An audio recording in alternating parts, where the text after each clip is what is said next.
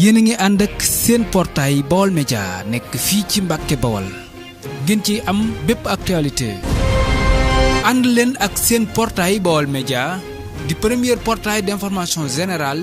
fii ci région bu Diourbel. Baol Média xibaar yu wér te wóor te leer.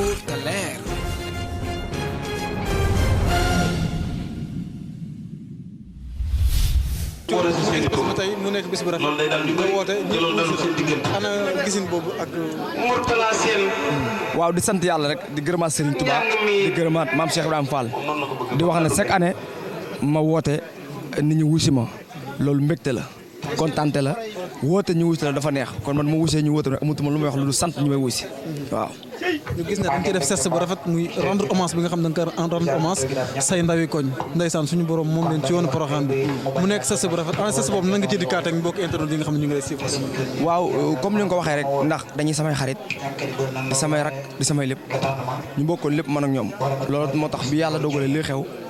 ma jël sama ma takkaat sama tubaay takkaat sama lépp te xam ne bis dana ñëw dinaa leen fekk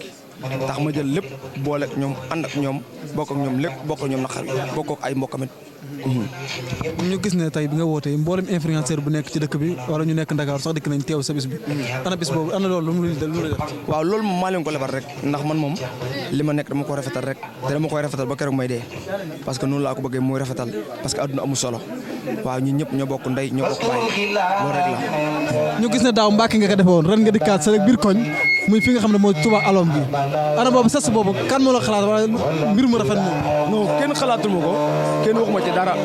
waaw kenn xalaatul ma kenn waxuma ko waaw man maa jékki-jékki ba si yàgg xam ne li moo gën a rafet rek ma def ko.